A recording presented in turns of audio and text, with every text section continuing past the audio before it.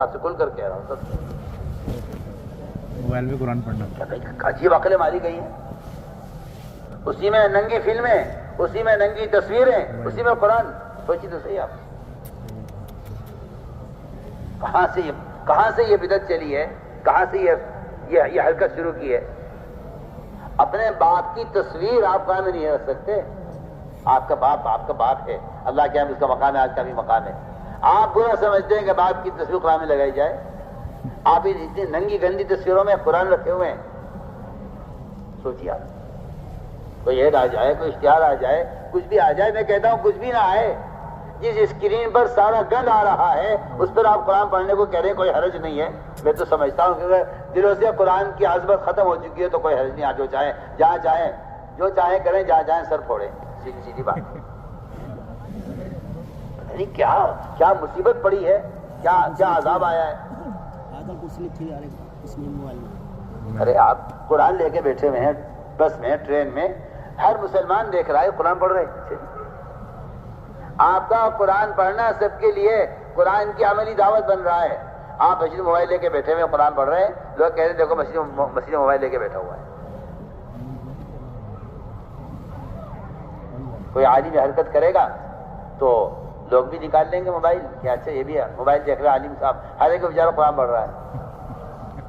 وہ قرآن پڑھ رہے تھے موبائل پر عالم. لوگوں نے کہا میاں آپ بھی مسجد میں موبائل لے کے بیٹھے ہوئے تو ہمیں کیوں منع کرتے ہیں کہ بھائی مسجد میں آئے موبائل بند کر دو. اسی کیا پتا قرآن پڑھ رہا ہے.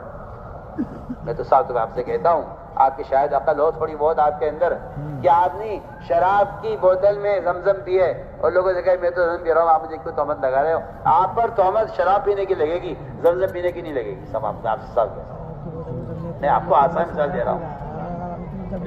غور کے بعد کوئی نہیں آپ بھی نہیں غور کرتے مثالوں پر. دلائل سے مناظرے کرنا اور جواز کی شکل نکالنے، اس سے فائدہ کیا ہے؟ کیا فائدہ ہے؟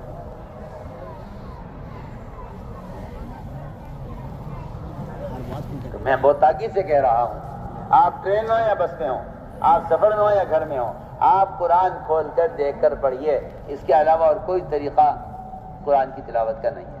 قادسیہ کی جنگ میں صحابہ نے قرآن ساتھ رکھا ہوا تھا. میدان قتال میں اللہ نے قرآن کی وجہ سے مدد کی ہے. آج آپ یہ فلمیں لے کر اور گندے تصویریں لے کر آپ پھر رہے ہیں کہ ہاں یہ ہمارے ساتھ قرآن ہے. اب تو ڈوب مرنے کی بات ہے.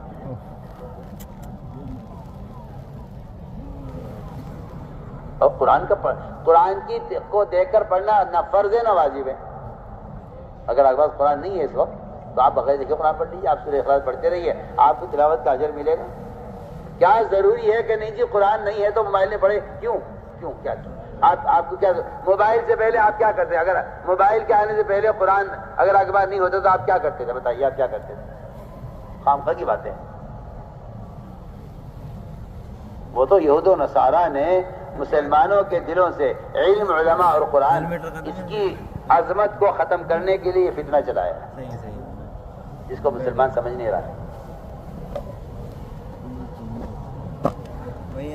آپ کہتے ہیں سہولت ہے، ہم کہتے ہیں سہولت نہیں ہے، ان موبائلوں کی نحوست ہے. سہولت نہیں ہے. اللہ نے ہر چیز کے لیے برتن بنایا ہے. یہ ہاتھ کھانے کے لیے ہے، یہ ہاتھ استنجے کے لیے ہے. ہاتھ اللہ نے انگلیاں تقسیم کر دی ہیں. یہ انگلی تشہد کے لیے ہے. آپ یہ اٹھا لیں، یہ اٹھا لیں، یہ اٹھا لیں. نہیں جی یہ والی اٹھانی پڑے گی آپ کو. نماز میں تحیات میں یہی انگلی اٹھانی پڑے گی. ہم کہتے ہیں بالکل اسی طرح اللہ تعالیٰ نے قرآن کو بھی متعین کر دیا ہے کہ قرآن کو قرآن میں دیکھ کر پڑھو. قرآن پڑھنے کا طریقہ یہ ہے. اس لیے ہم تاکید سے عرض کر رہے ہیں کہ ان اعمال کا خوب اہتمام کرنا ہے. اور قرآن کی تلاوت کا بہترین وقت صبح ساجد سے پہلے ہے. میں نے سارے بزرگوں کو وضاحت کر کے دیکھے، سب سے زیادہ اللہ کا قرب محسوس کیا صبح ساجد سے پہلے قرآن دیکھ کر پڑھنے.